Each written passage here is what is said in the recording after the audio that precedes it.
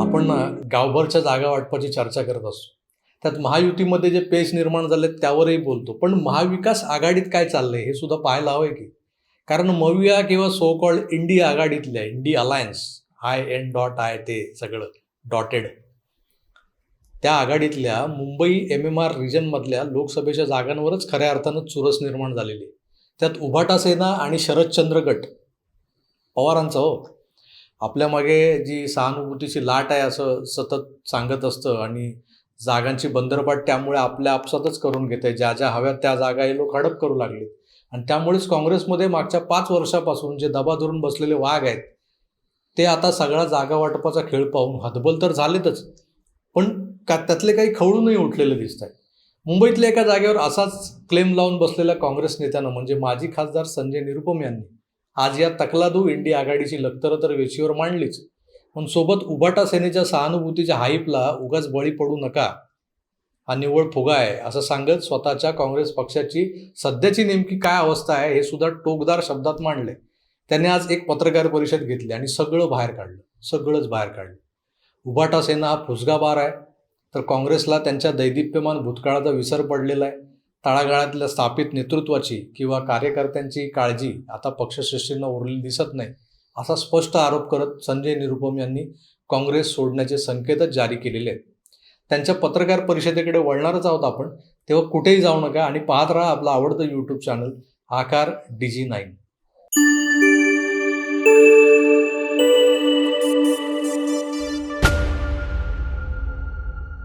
मित्रांनो नमस्कार. उत्तर पश्चिम मुंबईतून उभाटा सेनेनं जाहीर केलेल्या अमोल कीर्तीकरांच्या उमेदवारीला सगळ्यात आधी विरोध केला होता तो संजय निरुपम यांनीच. कारण ही जागा काँग्रेसनं लढवलेली जागा होती.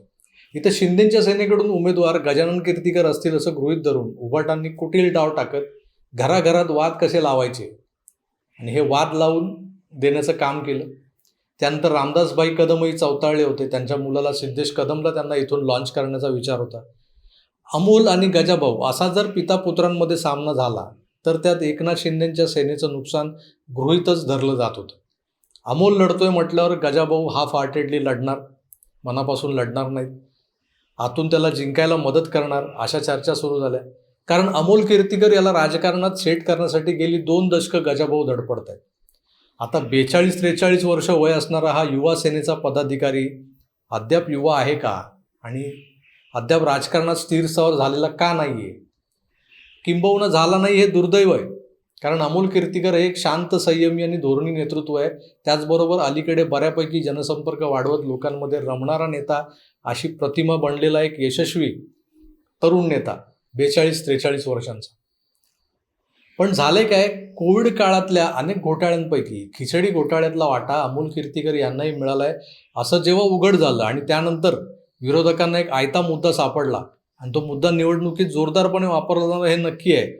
त्याचा प्रत्यय आज जो आला आहे तो संजय निरुपम यांच्या या पत्रकार परिषदेतून. आज सुबह सुबह शिवसेना ने मुंबई की 4 सीटों पर अपने उम्मीदवार घोषित कर दिए हैं और मेरी जो जानकारी है 5वें सीट का उम्मीदवार भी वो कल परसों तक घोषित कर देंगे. मतलब मुंबई की 6 सीटों में से 5 सीटों पर शिवसेना लड़ेगी और 1 सीट खैरात की तरह कांग्रेस के लिए छोड़ दी गई. यह पूरा जो फैसला है कांग्रेस पार्टी को मुंबई में दफन करने वाला फैसला है. मैं इस फैसले का निषेध कर रहा हूं, सबसे पहली बात ये. और इस निषेध में जो मैं निषेध कर रहा हूं इसमें शिवसेना का नेतृत्व का भी निषेध कर रहा हूं और कांग्रेस के नेतृत्व ने जिसने नेगोशिएशन में हिस्सा लिया वो लोग नेगोशिएशन सही ढंग से नहीं कर पाए, इसकी भी निंदा करता हूं, निषेध कर रहा हूं. शिवसेना ने जो उम्मीदवार घोषित किया है उत्तर पश्चिम के लिए उसके बारे में मैं भूमिका पहले से स्पष्ट कर चुका हूं. उस उम्मीदवार के ऊपर भ्रष्टाचार का आरोप है, ईडी के द्वारा छानबीन जारी है और भ्रष्टाचार का भी जो आरोप है वह कोविड के जमाने में जो मुंबई के गरीब प्रवासी मजदूरों को मुफ्त भोजन कराने की जो योजना थी उस योजना में से कॉन्ट्रैक्टर से उनने दलाली ली। जो खिचड़ी सप्लाई की गई थी उस खिचड़ी सप्लायर से उन्होंने दलाली खाई है, जिसकी छानबीन हो रही है। और ऐसे खिचड़ी चोर उम्मीदवार को शिवसेना ने हमारे सर पे थोपा है। हम इसका सरासर विरोध करते हैं।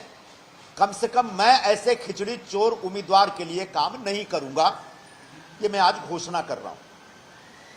दूसरी बात, कांग्रेस पार्टी का नेतृत्व जो हमेशा भ्रष्टाचार के मुद्दे पर हाई लेवल एक ग्राउंड लेते हैं, हमेशा एक हाई मोरल ग्राउंड जिसको हम कहते हैं वो ग्राउंड लेते हैं।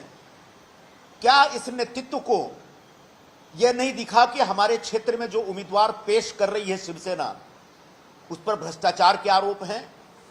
तो मैं अपने शीर्ष नेतृत्व से अपेक्षा करता हूं कि ऐसे उम्मीदवार के संदर्भ में वो निश्चित तौर पर आपत्ति दर्ज करेंगे और उनका जो एक हाई मोरल ग्राउंड है भ्रष्टाचार के संदर्भ में, इसको लेकर के सदा हमारी तरफ से बयानबाजी होती है, उसको लेकर के भूमिका स्पष्ट होगी। तीसरी बात, जो सबसे महत्वपूर्ण बात है, कि हमारा जो नेतृत्व है उसको चिंता नहीं रह गई। अब जो मुंबई में या पूरे देश में जो कांग्रेस के कार्यकर्ता हैं या कांग्रेस का कहीं स्थापित नेतृत्व है, उस नेतृत्व की शायद कोई चिंता नहीं रह गई। पिछले 10 दिनों से 15 दिनों से मेरे से किसी की कोई बातचीत नहीं हुई है। किसी ने एक बार भी नहीं पूछा कि आपकी क्या अपेक्षा है और आपकी अपेक्षा पूरा करने में हम क्या कर सकते हैं, अगर ये नहीं कर सकते तो क्या कर सकते हैं। ऐसा मान कर चला जा रहा है नेतृत्व की तरफ से कि जिसको जो करना है करे, हम इसकी किसी की चिंता नहीं करते हैं। तो मेरा मुद्दा यह है कि एक तरफ कांग्रेस का नेतृत्व पूरे देश में न्याय पर आधारित एक घोषणा पत्र जारी कर रहा है और हिंदुस्तानी समाज के अलग अलग वर्गों को न्याय दिलाने की बात कर रहा है। ठीक उसी वक्त उसके अपने कार्यकर्ताओं के साथ न्याय हो रहा है कि नहीं, उसके अपने जो स्थापित नेतृत्व हैं उनके ऊपर कोई अन्याय हो रहा है कि नहीं, इसकी चिंता नहीं है। तो ये जो न्याय की बात करने वाले लोग हैं, कैसे उनके अंदर अन्याय हो रहा है, इस पर वो ध्यान नहीं दे रहे हैं, ऐसा मेरा मानना है। शीर्ष नेतृत्व से मैंने अपेक्षा की थी कि मैं लगभग 5 वर्षों से 2019 में चुनाव हारने के बाद से लगातार अपने क्षेत्र में सक्रिय हूं और मुझे हक मिलता है, मेरा हक बनता है यहां से चुनाव लड़ने का। लेकिन शिवसेना ने दबाया और हम दबते चले गए और आखिरकार आज दृश्य यह है कि हम पूरी तरह से उस शिवसेना के सामने सरेंडर हो गए हैं जिसकी अपनी कोई अब वक़्त नहीं रह गई है। बहुत ज्यादा शिवसेना का जनाधार है ऐसा नहीं माना जा सकता, यह सिर्फ एक प्रकार का एक हाइप है। और ऐसे कम जनाधार वाले पक्ष के सामने कांग्रेस का सरेंडर करना निश्चित तौर पर कांग्रेस का एक तरह से मैं समझता हूं कि एक श्रद्धांजलि लिखने का एक कार्यक्रम शुरू होने जा रहा है, ऐसा मुझे दिख रहा है। मैं अपने शीर्ष नेतृत्व से इतना ही कहना चाहूंगा कि मैं एक आध हफ्ते ज्यादा से ज्यादा अब इंतजार करूंगा। मुझे मालूम है आप लोगों के मन में चिंता यह होगी कि हम अगला निर्णय क्या ले रहे हैं। मैं साफ साफ कहना चाहता हूं कि मेरे सामने अब सारे विकल्प खुले हैं। मैं विकल्पहीन स्थिति में नहीं हूं। अब जो होगा आर पार होगा और आने वाले एक आध हफ्ते में इस प्रकार की घोषणा आपको सुनने को मिल जाएगी। तब तक के लिए मैं निश्चित तौर पर अपने नेतृत्व की जो भी एक उनके मन में हमारे जैसे तमाम कार्यकर्ताओं के लिए जो भावना है उस भावना का इंतजार किया जाएगा। अब इससे ज्यादा इंतजार करने का वक्त, एक हफ्ते से ज्यादा वक्त नहीं दिया जा सकता, ऐसी मेरी घोषणा है। तर मित्रों, संजय निरुपम काँग्रेस सोडणार, पण जाणार कुठे, हा सुद्धा एक महत्त्वाचा प्रश्न आहे। एका आठवड्याच्या अल्टिमेटम नंतर त्यांना दुसऱ्या कुठल्या पक्षांना आपल्याकडे घेऊन त्यांना ही उत्तर पश्चिम मुंबईची जागा देता येईल का, ही जागा कोण देणार त्यांना, कारण तोवर आठवड्याभरात सगळ्याच पक्षांचं जागा वाटप आटोपलेलं असणार आहे।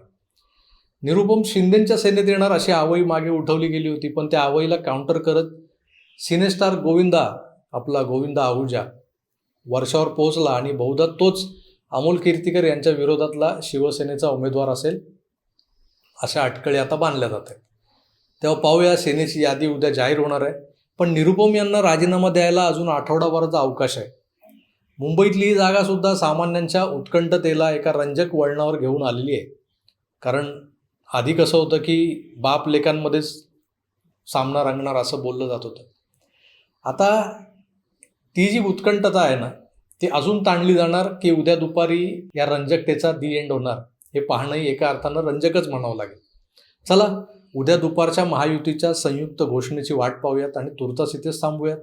पुन्हा भेटूच. तोवर आपली काळजी घ्या आणि पाहत राहा आकार DG9. धन्यवाद. नमस्कार.